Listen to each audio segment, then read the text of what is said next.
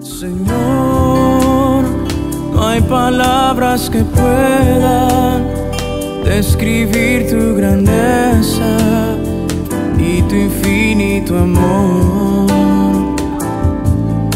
Jesús, sé mi luz y mi guía, y sé el aire que respiro.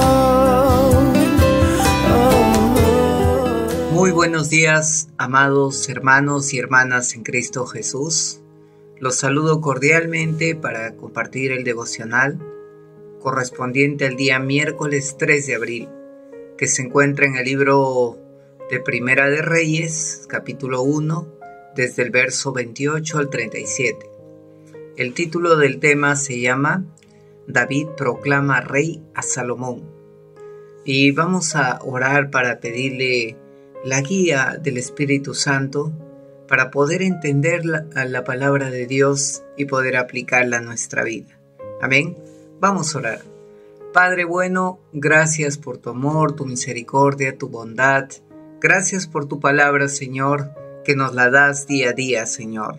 Te pido el auxilio de tu Espíritu Santo. Te pido la revelación que proviene de ti, Señor. Dispongo mi corazón para entender las cosas difíciles y compartirla con mis hermanos. En el nombre de Jesús. Amén. Amén. Entonces vamos a leer esta sección que se encuentra en el libro de Primera de Reyes, donde David proclama al rey Salomón. Y como introducción, vemos que ya David se encuentra en avanzada edad, ya se encuentra anciano. ¿Y qué sucede con sus hijos?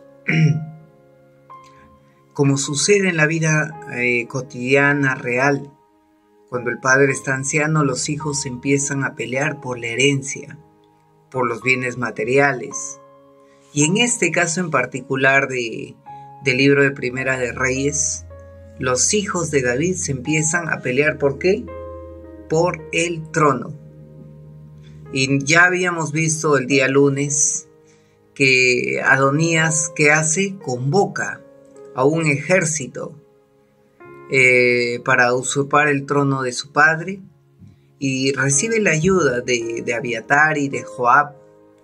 Y luego, ¿qué hace Adonías? Prepara un gran banquete y convida a sus hermanos, pero no los convida ni a Benaya, ni a Natán, ni mucho menos a su hermano Salomón. Luego de este suceso, el profeta Natán se acerca a Betsabé y le dice que Adonías se ha proclamado rey, ¿no? Y le da un consejo de cómo salvaguardar tanto la vida de Betsabé como de su hijo Salomón. Y le da las indicaciones que vaya y se presente delante del rey David, ¿no? Y le haga recordar en primer lugar la promesa que le hizo acerca de que el rey iba a ser Salomón, ¿no? Entonces, en esta parte, desde el verso 28 hasta el verso 30 del libro de Primera de Reyes, capítulo 1, vemos, ¿no?, que David se compromete a solucionar esta sucesión y a cumplir su promesa, ¿no? Vamos a leer desde del 28 al 30.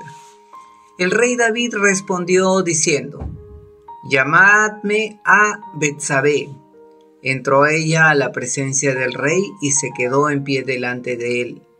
Entonces el rey hizo este juramento: vive Jehová, que ha redimido mi alma de toda angustia, que como yo he jurado por Jehová, Dios de Israel, diciendo: tu hijo Salomón reinará después de mí, y se sentará en mi trono, en el lugar mío, y así lo haré hoy.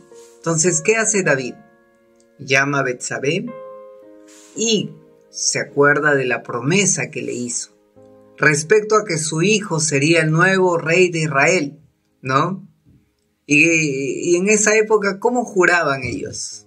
Juraban con vive Jehová, ¿no? Es una introducción a un juramento, donde vemos, ¿no?, que el rey David confirma esa promesa que le había hecho anteriormente a Betsabé. ¿Y esa promesa de qué consistía? En que el siguiente rey sería Salomón. ¿Ok? Continuemos leyendo la palabra de Dios, desde el verso 31 hasta el 37. En esta parte de este capítulo se hacen los arreglos. ¿Para qué? Para ungir al rey Salomón como nuevo rey de Israel.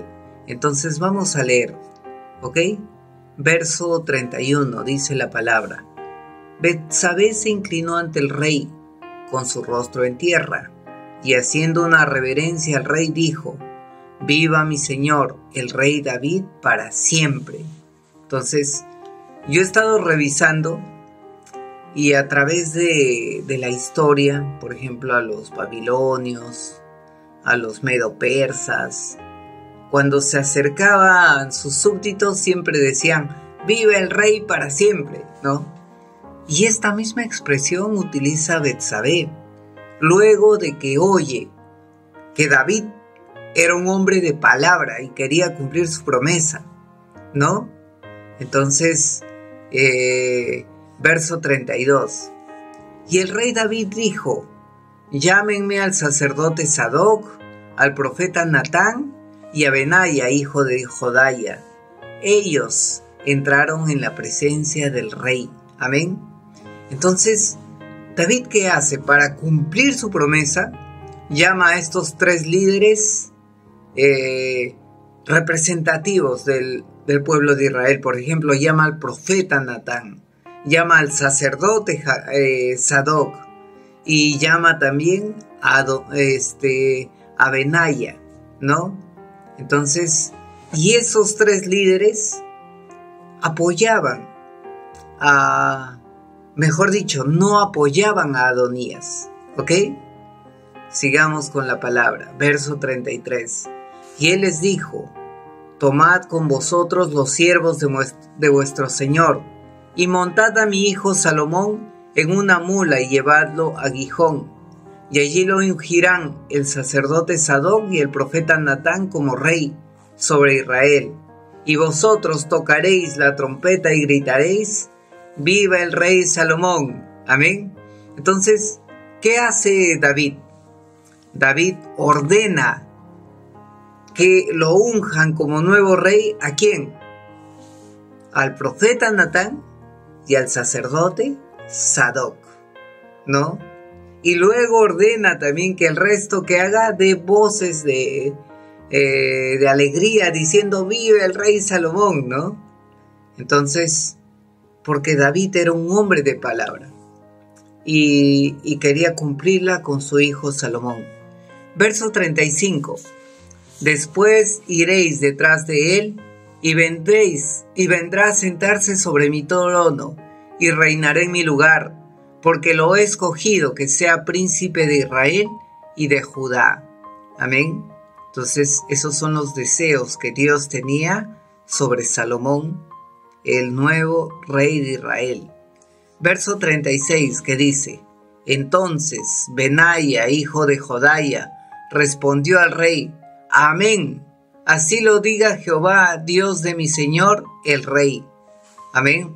Entonces, Benaya era un hombre también de principios, y entendió que si el Señor daba el visto bueno al nuevo rey que era Salomón, amén, entonces sintió que esta era la voluntad de Dios.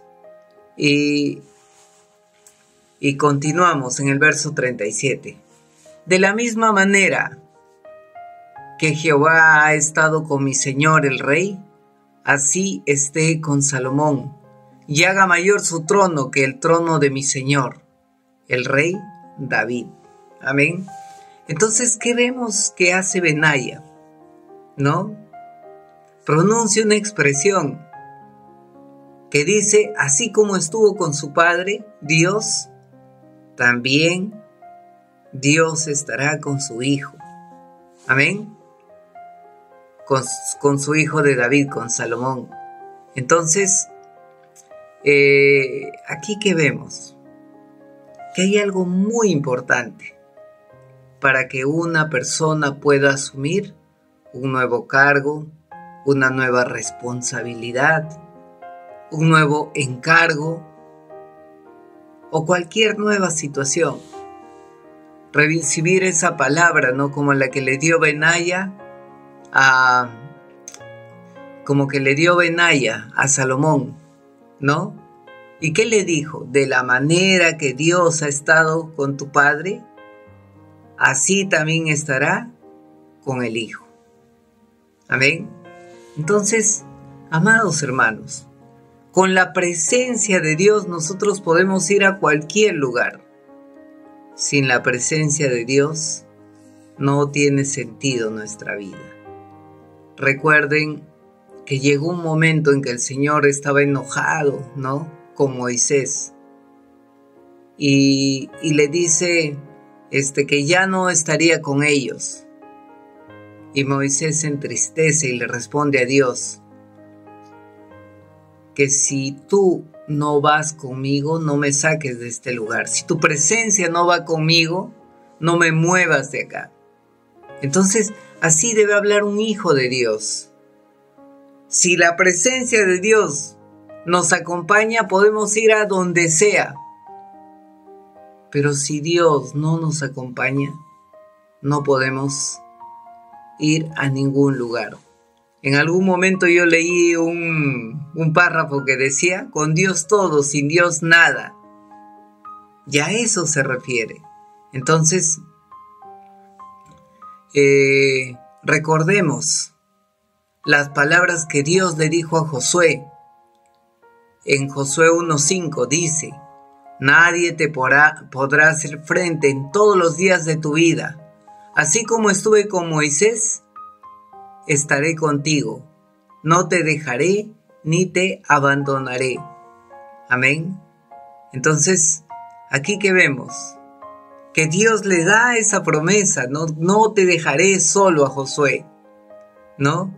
Entonces, 1 Crónicas 28:20 dice, entonces David le dijo a su hijo Salomón, esfuérzate y sé valiente y haz la obra, no temas ni te acobardes, porque el Señor, mi Dios, está conmigo, Él no fallará ni te abandonará, hasta que la obra del servicio de la casa del Señor sea acabada. Amén. Entonces vemos una continua promesa de Dios que siempre nos dice, yo estoy contigo, yo te sostengo, yo te cuido, yo te protejo, yo soy escudo alrededor de ti, yo soy la gloria que levanta tu cabeza. Amén. Entonces sigamos leyendo la palabra. En Mateo 1:23 dice, he aquí la Virgen concebirá y dará a luz un hijo, y le pondrán por nombre Emmanuel, que traducido significa Dios con nosotros. Amén. Recuerden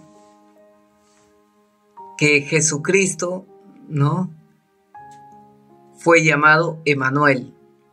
Y Emmanuel significa Dios con nosotros.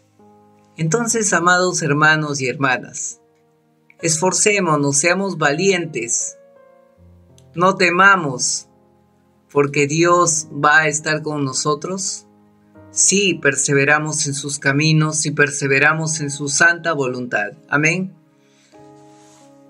Entonces, sigamos. Romanos 8:31 dice, entonces, ¿qué diremos a esto? Si Dios está con nosotros, ¿quién estará en nuestra contra? Amén. Y unos versitos más atrás que decía, para los que aman a Dios todas las cosas nos ayudan a bien. Esto es, los que conforme a su propósito hemos sido llamados. Amén. Entonces, amados hermanos, quiero que tengas esta promesa de parte de Dios. Si en algún momento de tu vida has recibido una promesa, una palabra exacta que Dios te ha hablado, así como Dios le dio una promesa a Salomón, pero cuando llega este tiempo, ¿qué hace Salomón? Mejor dicho, ¿qué hace Dios? Se acuerda de esta promesa que hizo a su siervo hace mucho, mucho tiempo. Porque Dios no es mentiroso. Amén. Entonces, y en segundo lugar, ya que ha recibido la promesa, ya que el Señor no se ha olvidado, ¿no? ¿Qué tenemos que hacer? Tenemos que recordar esa promesa, porque Dios lo va a cumplir. Amén. Entonces, finalmente, amados hermanos, quiero cerrar con este verso, ¿no? Así como estuve contigo, también estaré con tu hijo. Amén. Esa es la palabra que Dios le dio a David para él, y que su trono continuaría con su hijo Salomón. Amén.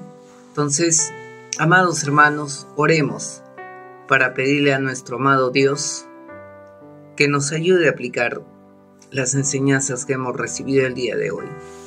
Padre bendito, gracias por tanto amor y misericordia.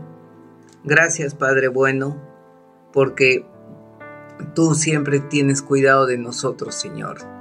Y dice tu palabra, Señor, que tu presencia nunca nos abandonará, Señor. Gracias, bendito Rey, en el nombre de Jesús. Amén.